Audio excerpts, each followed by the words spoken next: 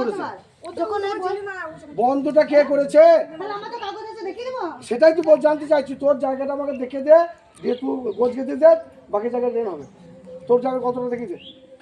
ব্যক্তিগত জায়গায় ড্রেন তৈরি করাকে কেন্দ্র করে ব্যাপক শোরগোল বীরভূমের নানুরে। যে ঘটনায় এক মহিলাকে প্রকাশ্যে হুমকি দেওয়ার অভিযোগ উঠল তৃণমূল নেতা তথা বীরভূম জেলা পরিষদের সদস্য রমেশ সাহার বিরুদ্ধে। আমার একদিকে মিছিল আরে তোর মা যেটা বলেছ ওইটা করে দিয়েছে, এটা ছেড়ে দিয়েছে।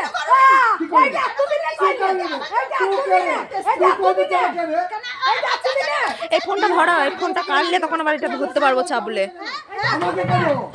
তুই তো শুধু বলবি এখানে জল চাই, এখানে জল যাবে, ওই পাড়া ভেঙে যায়, জল করে জল করে। যে ঘটনার ভিডিও সোশ্যাল মিডিয়ায় ভাইরাল হয়েছে। ভাইরাল হওয়ার পর বিষয়টি নিয়ে রীতিমতো শোরগোল পড়েছে জেলার রাজনীতিতে। যার বিরুদ্ধে এমন অভিযোগ উঠছে, অর্থাৎ রমেশ সাহা হলেন নানুরের দাসকলের করিয়া 2 নম্বর অঞ্চলের তৃণমূল নেতা তথা বীরভূম জেলা পরিষদের সদস্য। সকালবেলায় দেখছি সব লোকজন এসে মাটি খুঁড়ছে, মানে চওড়া করে ড্রেন করে মাটি খুঁড়ছে। দিয়ে তাতে আমি বললাম এই দিক দিয়ে কি করবে? তা বলছে এইদিকে ড্রেন হবে, এইদিকে সরকারের ড্রেন হবে। তাতে বলছে সরকারের যে ড্রেন হবে তা সরকার থেকে কোনো অ্যালোটের কাগজ আছে, আর আমাদের জায়গার উপর দিয়ে হবে, তা আমাদেরকে কই একবার জানানো হলো না? তাহলে এখানে বসবাস করি বাসিন্দা, সেটা না জানি তুমি জোর করে ড্রেন করবে কেন? তা বলছে বেশ করে করবো, এই দিকেই হবে, কিছু করতে পারবি না, তোর জায়গা কোথা? এরকম বলছে।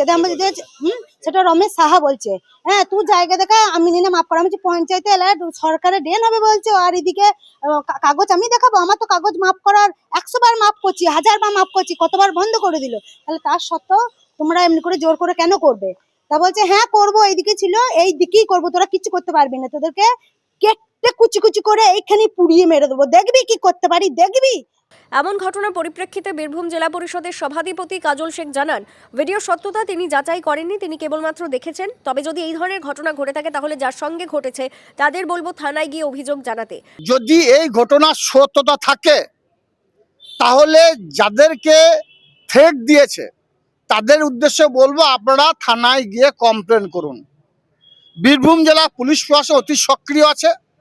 আমাদের মাননীয় মুখ্যমন্ত্রী মাননীয় মমতা বন্দ্যোপাধ্যায় এবং আমার দলের সেনাপতি অভিষেক বন্দ্যোপাধ্যায় মহিলাদের, বিশেষ করে মহিলাদের যথেষ্ট সম্মান দিয়ে কথা বলেন। মহিলাদের অধিকার প্রতিষ্ঠিত করার জন্য একের পর এক একাধিক জনমুখী প্রকল্প বাস্তবায়িত করেছেন। সেই মহিলারা কোনো জায়গায় অপমানিত হোক, একজন মামাটি মানুষের সৈনিক হিসাবে আমি কোনো সময় চাই না, বা এটাকে আমি বরদাস্ত করব না। কাজল শেখের এমন পরামর্শের আগেই অবশ্য অভিযোগকারী ওই মহিলা কিনাহার থানায় দ্বারস্থ হয়েছেন। ঘটনায় তিনি আতঙ্কিত। এর পাশাপাশি অভিযোগের দীর্ঘদিন ধরেই অভিযুক্ত তৃণমূল নেতা এলাকায় দাদাগিরি চালাচ্ছেন।